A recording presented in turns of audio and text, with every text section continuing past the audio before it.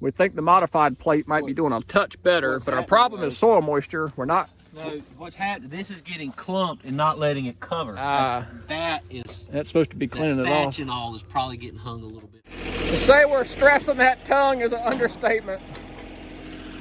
I think we're gonna be hooked up though. Let me get a pin for that. Yeah, you're doing good.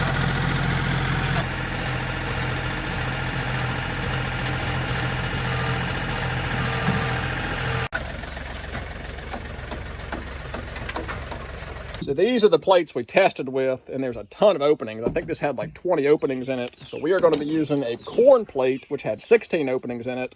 So we're going to use an unmodified one, and we've got one that's been modified with JB Weld to only have 12 openings to help with that spacing.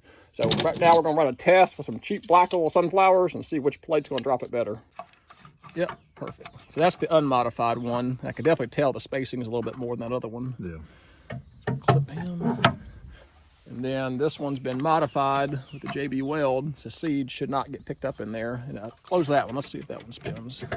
I had to sand that JB Weld down. Oh yeah. Yeah, I think it's gonna work.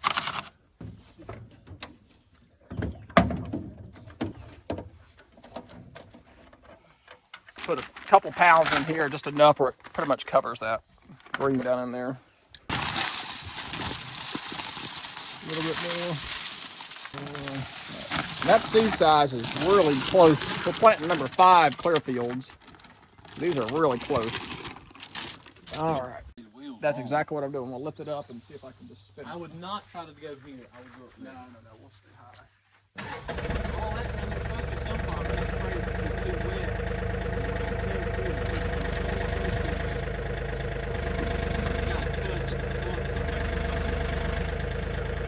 It takes a minute to catch. There it goes. A couple dropping. Yeah. Son, takes a minute to catch, he said. Yep, dropping. All right, we got seeds dropping. So that's the idea. If I feel like that one was dropping quicker, this one I had to do like a full, which is good. That's the intention of it. The full, that's modified. It shouldn't pick up as much seed as quickly. So that actually lines up with what we're going for. Officially our first time planting with a row crop planter, so this should be fun.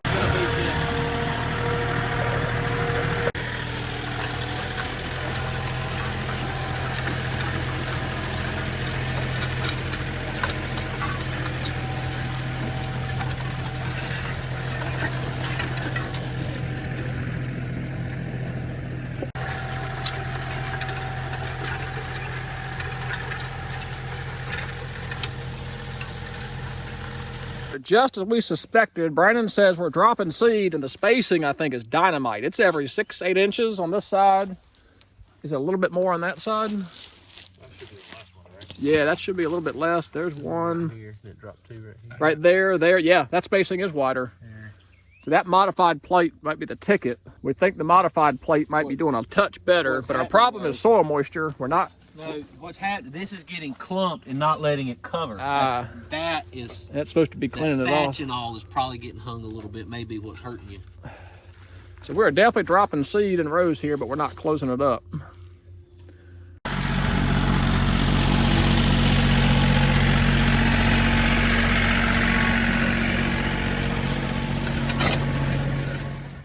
Rewind in 3, 2, 1. All right, what happened, Brandon? We seeded a little heavy down here. We seeded a little heavy. Dude, I'm feeling super encouraged. We're doing some test runs here with the black oils, and even with it muddy, I noticed it likes to run faster. So I bumped up my speed, and we're clearly cutting dirt, and we're putting sunflowers down here in the ground. Now, the problem is it's so muddy that friable soil is not rolling back over like we want. We have certainly got rows of sunflowers. Now, I think we're looking good. I'm feeling super encouraged. I mean, there it is. Actually, that one got cracked. I'll have to keep eyes on that. But it is definitely dropping sunflowers in rows out here. So we are gonna full steam ahead. We're tired of talking about it, so we're gonna dump these black oils out, load up the clearfields. Everybody always asks, so once again, we are planting an Eagle brand hybrid clearfield sunflower. And the big part about being a clearfield is it allows you to post-spray it with Imazamox. It gives you a little bit more broad spectrum post-spraying ability. It also makes it more disease tolerant, drought tolerant. It's got some treatments in it, I think, for bugs and critters. Just all around much better seed, but it is much more expensive, so buyer beware. Nose on that one. I broke it. That's that screwdriver blade. It turned into a contest. Drop point for the contest.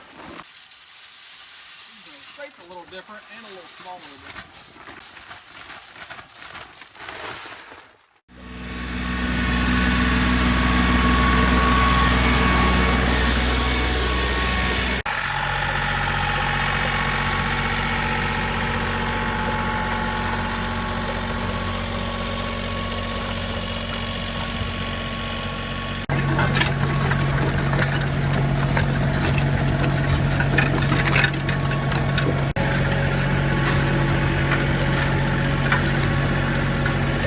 Well, that's the thing. When I was tilling, I would see tons of worms come up, which was breaking my heart because worms are part of like the whole microbial process. That's the whole point of this drill is you can come in here, drill through this, spray it, terminate it, and you haven't messed up the soil properties. But I am feeling confident because we have seeds down in the mud, in the mud, in the mud, in the mud. Oh yeah. I'm feeling real encouraged right now. It may be you need like a I'm saying I need like a little tool. Yeah. These are supposed to clean it, but you're right, it's not doing a great job. Planting, honestly. Yeah, if we don't plant today, it's rain Monday. Tuesday, Wednesday. Yeah, and they're talking over 2 inches. So we've got to plant today. We can't control it. I can't even seed the seed here, which makes me think it's in the ground. It's definitely dropping. Or certainly not too deep.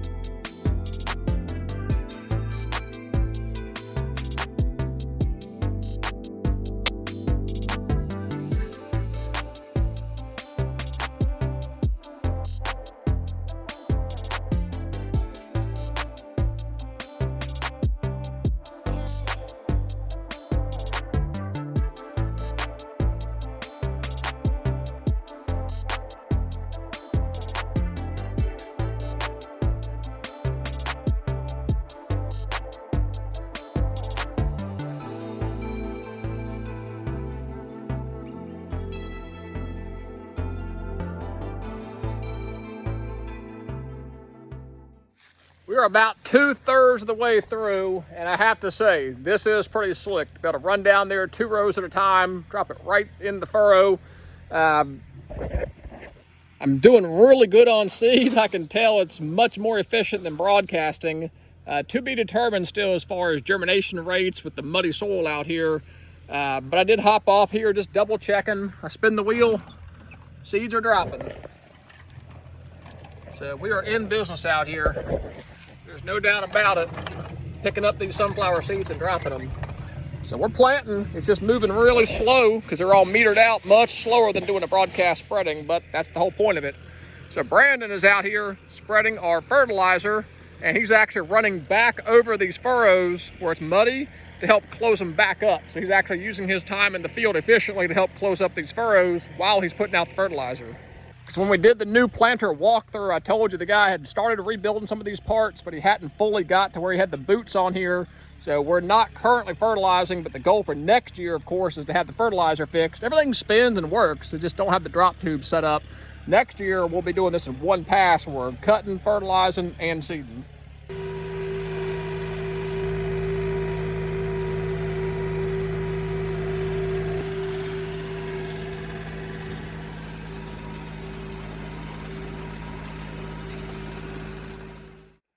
So here is our final results of the modifications to the corn plates. So the one that got closed up to only 12 holes instead of 16 has a solid pound, almost 2 pounds of seed left.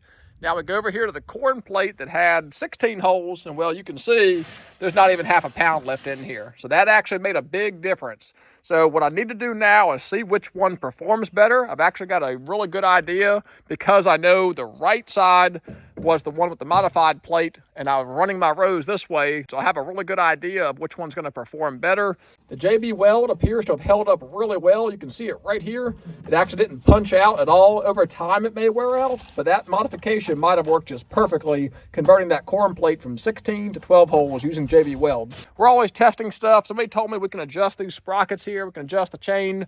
Way over my pay grade for this year. I've got a lot of learning to do, but at the end of the day, we put our sunflowers in rows using the 2-row planter here, and I think we actually got our seeding rate just about perfect. I really didn't know what the output was going to be. I didn't want to put any more than 20 pounds, certainly, but I wanted to kind of be in that 10 to 15 pound range, and I think that's just about what we did, because I've got at least 7-8 pounds in the bag left over, and I'd say at least 3 pounds or so in the hopper.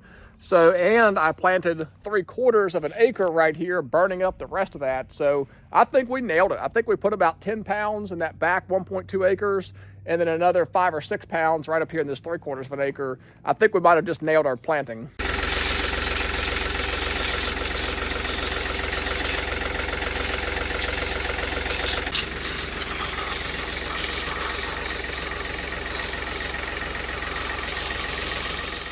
So time will tell. 3/4 of an acre right here, drilled with the Clearfield sunflowers. If I was a betting man though, just like in years past, that millet's gonna come up really quickly, flush up, is gonna outcompete those sunflowers. That's why I don't like blends of millets and longer maturing crops like corn or sunflowers and things of that nature. The millet always just seems to win the day. But who knows, it may work out just fine. We may end up with a really cool blended field out here if the deer don't eat them out first. So time will tell. Next time we're out here, we'll actually be setting up the electric fence on that backfield, similar to what we've done in years past here, where we've got a 4-row electric fence, then we do a top runner up here. We're gonna do that same setup in the backfield back there to protect those sunflowers. So that'll be the next video. But until then, I really appreciate you guys watching. God bless, take care. Bane of my existence, the rascal that gave me Rocky Mountain spotted fever. Got something special for him.